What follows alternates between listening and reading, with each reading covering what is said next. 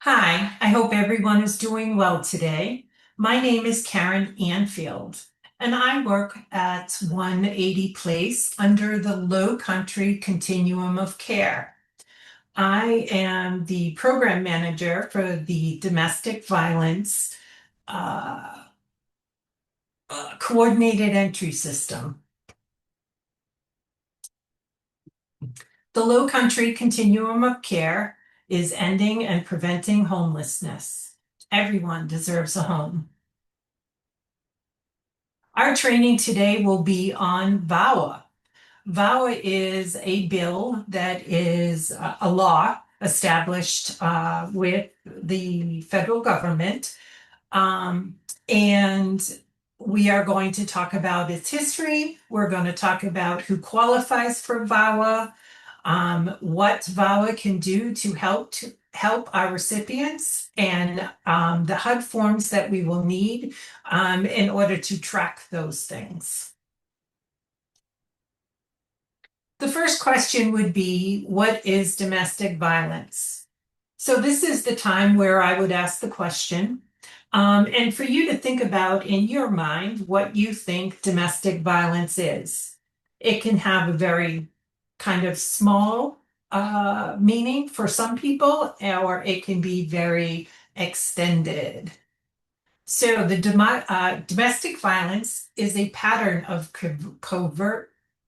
coercive, controlling behavior that can include physical abuse, hitting, slapping, choking, sexual abuse, forced sexual acts or behavior, emotional abuse, insults, threats, humiliation, psychological abuse, intimidation, manipulation, and isolation, economic abuse, controlling finances, preventing someone from working, technology abuse, monitoring and stalking via devices. It occurs between people in an intimate or family relationship, current or former spouses, dating partners, people who share a child, family or household members. South Carolina has ranked among the top 4 states in the nation for domestic violence. Nationally, it's at the top for women who are murdered by their partners. In South Carolina, 42% of women and 29% of men have experienced some form of intimate partner violence in their lifetime. Currently, there are no statistics out there for 2024. However, in 2023, there were 51 women who were murdered by their partner, which is, again, in the top ranking for the nation. And for people, housing instability is the biggest obstacle among survivors. Domestic violence is the leading cause of homelessness for women and children. Survivors may face eviction due to abusers-related incidents, need to flee home for safety, and discrimination by landlords as a result of some of the domestic violence. The VAWA, Domestic Violence Against Women's Act, is a landmark legislation addressing domestic violence, sexual assault, dating violence, and stalking. Passed in 1994, reauthorized most recently in 2022, it is a federal law that provides housing protection for people applying for or living in units subsidized by the federal government and who have experienced domestic violence, dating violence, sexual assault, or stalking to help keep them safe and reduce their likelihood of experiencing homelessness. The big push was really to address the last piece, explicitly addressing housing instability as a form of re-traumatization and structural violence. These are all of the housing programs which are covered. The McKinney-Vento Act homeless programs is under the COC and the ESG projects, which are under the Low Country Continuum of Care.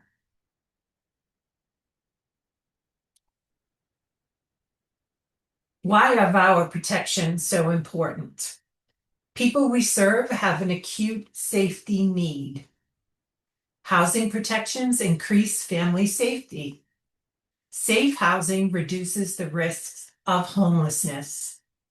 Protections can decrease evictions, denial of housing, instances of violence in the home. Helping people feel safe builds trust and communication. Who is eligible for VAWA? VAWA housing protections are available to someone who has previously or is currently experienced domestic violence, sexual assault, dating violence, or stalking. VAWA protects all survivors, and the survivor does not have to be married to, related to, or living with the perpetrator to be protected by VAWA. What are the housing protections for VAWA? Housing providers are required to notify all tenants of their VAWA rights by providing each tenant a notice of occupancy right form, which is HUD 5380, and VAWA self-certification form HUD 5382. With all notifications, acknowledgement of VAWA agreement should be kept in client files and uploaded into the HMI system.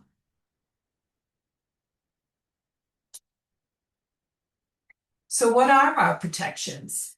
Survivors cannot be denied housing. Housing providers cannot deny admission, assistance, or evict a tenant on the basis of or as a direct result of the fact that the tenant is or has been the survivor of domestic violence, sexual assault, dating violence, stalking, or human trafficking. These protections also apply to applicants, tenants who have been threatened with an incident of domestic violence.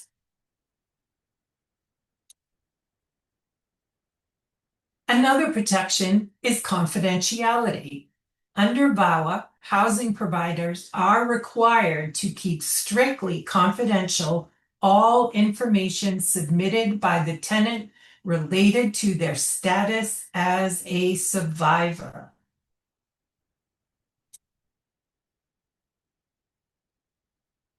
Survivors cannot be coerced, intimidated, threatened, or retaliated against by HUD subsidizing housing providers for seeking or exercising their VAWA rights. So if someone goes to the landlord and said, I'm having a problem, they can't make up a new rule for them. They are considered a special class. Survivors have the right to seek law enforcement or emergency assistance for themselves or others without being penalized by local law or policies for these requests or because they were victims of criminal activity. For some people in different projects throughout the housing system, there are rules around, calling the police too much or creating an issue within the environment. This basically says if you are part of VAWA, if you are protected under VAWA, you cannot be penalized from your landlord because you called the police in an emergency. So this is going to be our first scenario of what we're talking about and how VAWA can protect people in housing. Jordan and Alex live together in subsidized apartment under the Section 8 project-based rental assistance program. They are both on the lease. Over the past year, Jordan has been experiencing emotional and physical abuse from Alex. Recently, the violence escalated and Jordan had to call the police. Now, Jordan is afraid they'll lose their housing if they report the abuse to the property manager. And so after we've talked about the protections from VAWA, here is your question. Should he lose or be in fear of losing his housing in reporting things to the property manager? And it's time for Jordan to claim his VAWA rights. VAWA protections apply to Jordan. VAWA protections under HUD apply regardless of gender or sexual orientation. VAWA applies equally to women, men, and non-binary individuals, same-sex and opposite-sex couples. Jordan is protected because they are the victim of domestic violence. They live in a HUD-covered housing program. Their abuser is an intimate partner who lives in the home. Jordan's direct rights under VAWA, under the Violence Against Women's Act, as applied to HUD and housing, Jordan cannot be evicted or denied housing assistance because they are a victim of domestic violence. Penalized, they would not be penalized for calling 911 or involving law enforcement. They would not be forced to stay in a lease with their abuser.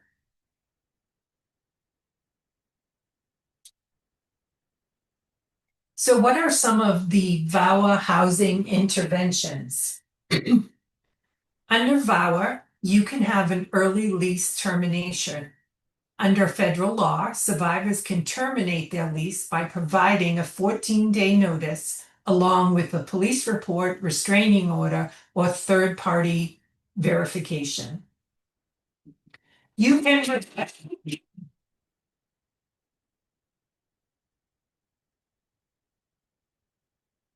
so sorry. You can request your lock changes. Federal law requires that landlords change locks within 24 hours of survivors. Nate, you want to stop this for a second? So there are several housing interventions that can be used under VAWA. You can have an early lease termination. Under federal law, survivors can terminate their leases by providing a 14-day notice along with a police report, restraining order, or third-party verification.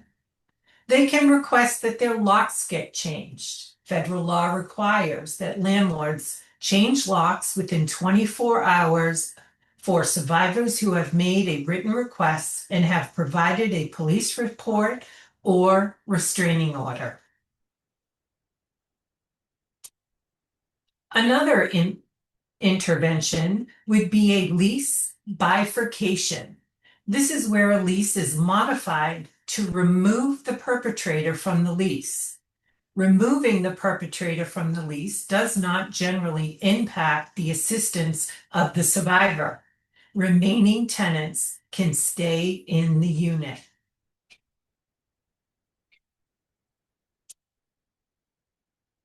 You can also request an emergency transfer. Housing providers must assist tenants and their affiliated individuals. Those are people who live in the unit, who are survivors with an emergency transfer in accordance with their emergency transfer plan. All housing providers should have an emergency transfer plan. This would include an internal transfer that stays within the COC project or an external COC project that we need to move that person to.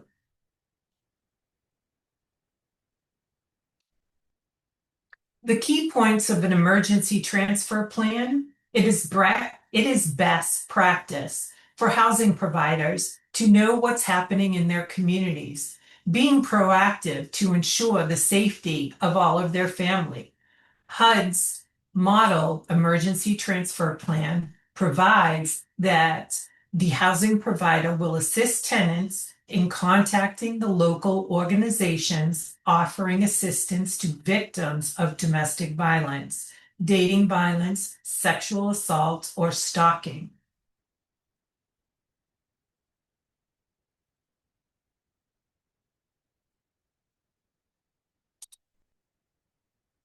Another key point of an emergency transfer plan is a safe unit. The resident is the person who determines if a unit is safe. Some type of interactive dialogue must occur to determine the parameters of what the resident deems safe. That means the COC itself does not get to label a safe unit. And so if a resident does not agree with transferring to a unit that you have identified, then they don't transfer to that unit.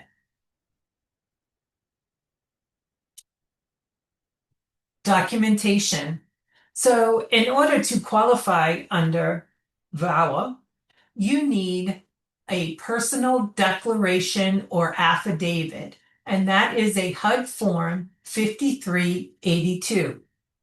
Or you need a police report or a restraining order, or medical or hospital records pertaining to the domestic violence.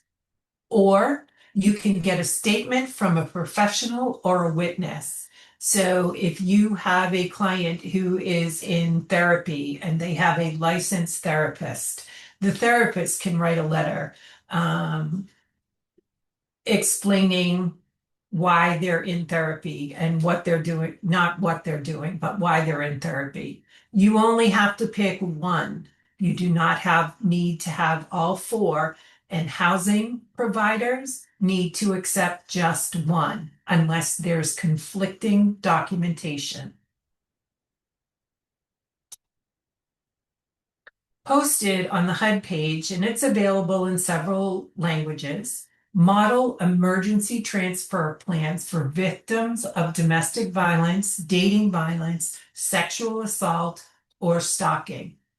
This is document 5381. They can get an emergency transfer request.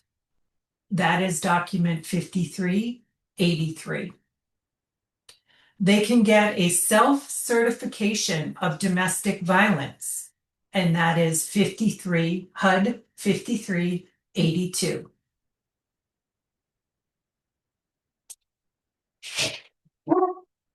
VAWA housing providers are required. Applicants must receive HUD's notice of VAWA housing rights from the housing provider when they are denied admission to a HUD subsidized unit, or when they are admitted into a HUD subsidized unit, or every year at renewal of the lease. And when they receive a notice of eviction, they are required to give them their VAWA rights and the proper paperwork to identify as that. So it's during denied admission, admitted to, every year at renewal, notice of eviction, and notice of termination from a HUD program. We're going to do a scenario. Maria, a 32-year-old woman, lives in an apartment with her two children for the past 4 years. She is a tenant under the Section 8 housing. Her partner, James, who is not on the lease, has been living with her and her children on and off for the past 2 years. Over the past year, James has been emotionally and physically abusive to Maria. He frequently threatens her controls her finances, and has assaulted her multiple times in the apartment. One night, after a violent incident where neighbors called the police, James was arrested for domestic violence. A few days later, Maria received a notice from her property manager stating that she might be evicted due to the police being called to her unit for criminal activity. So after we've learned what we've learned about VAWA, I want you to think about how would this scenario play out? How would Maria get the justice she needs in this situation?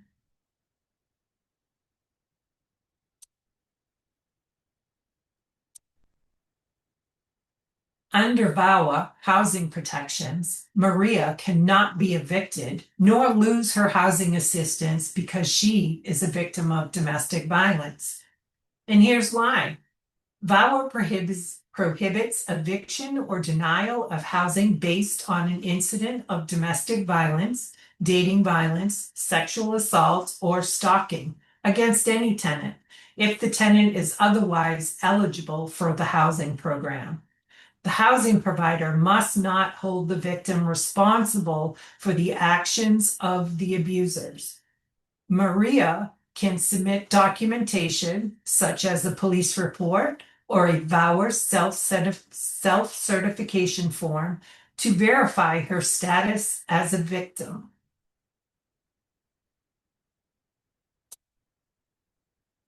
The legal protections in this scenario: non-discrimination. Maria cannot be evicted for being a victim of domestic violence. Confidentiality. Her housing provider must keep any documentation she submits confidential. She can request an emergency transfer. She may be entitled to move to a different, safer unit without penalty. Lease bifurcation. The landlord can remove James. In this scenario, however, he is not on the lease, while allowing Maria to stay.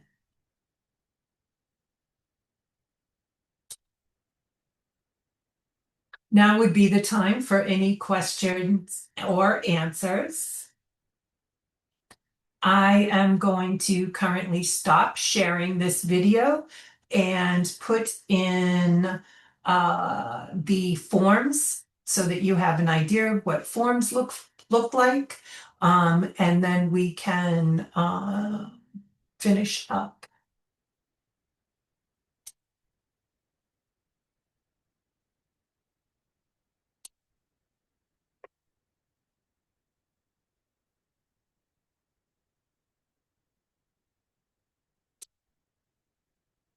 Okay.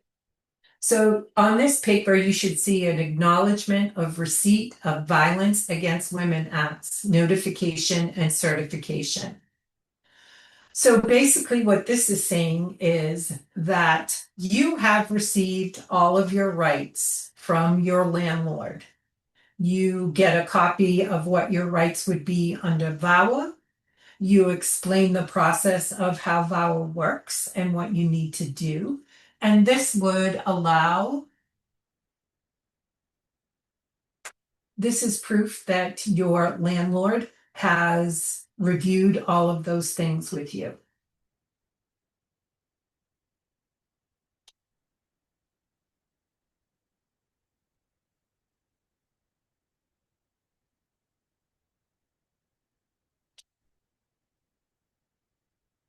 Oh, sorry, wrong one.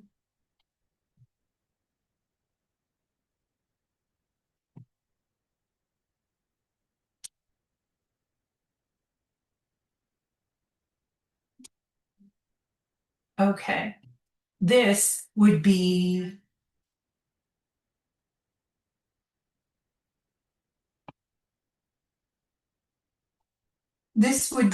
a lease addendum. So this lease addendum is based on HUD protections under VAWA. The next form would be the lease addendum.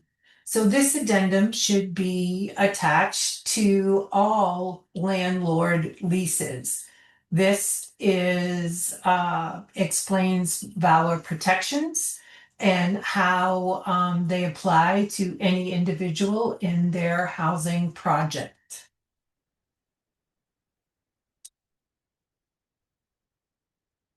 This is HUD's 5383, which was mentioned in the slides. This is a request for an emergency transfer for any client who is the victim of domestic violence and they feel that they are no longer safe and are in imminent danger of repeated domestic violence, they can request a transfer that goes directly to their housing provider.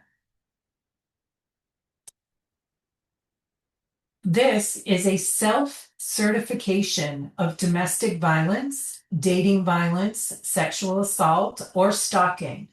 So this is the form that you can use for claiming your rights under VAWA. So it's kind of like a short version of an incident report. Again, you only need to choose one form of documentation. So this is the self-certification form.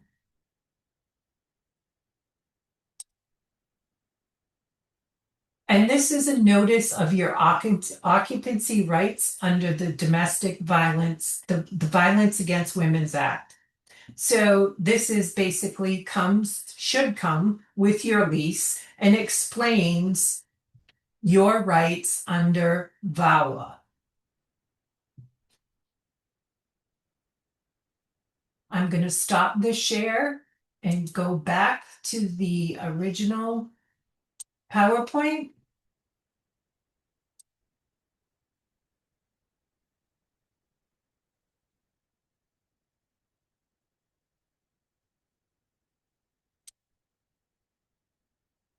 Again, my name is Karen Anfield, and I am under the Low Country Continuum of Care team. I am a program manager for the Domestic Violence Unit. And what you do out there is making a difference. Thank you.